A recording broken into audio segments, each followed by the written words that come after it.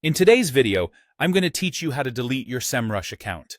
If you've decided it's time to say goodbye to Semrush, I'll guide you through the steps you need to take to cancel your subscription and deactivate your account.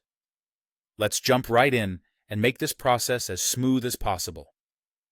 First things first, open your preferred web browser and head over to the Semrush website. Simply type Semrush into your search bar and click on the official site that pops up in your search results. Once you're on the Semrush homepage, you'll need to log into your account. If you don't have an account yet, you'll need to create one to access further settings. But since you're planning to delete it, we assume you already have one. Now that you're logged in, look for your profile icon. This is usually located in the upper right corner of your screen. Clicking on your profile icon will open up a drop-down menu. From this menu, select Subscription Info. This will take you to a section where you can view and manage your current Semrush subscription details. As you scroll through your subscription information, keep an eye out for the option to Cancel Subscription. This is the crucial step if you're on a paid plan. However, if you're on a free plan, you might not see this cancellation option directly on your screen.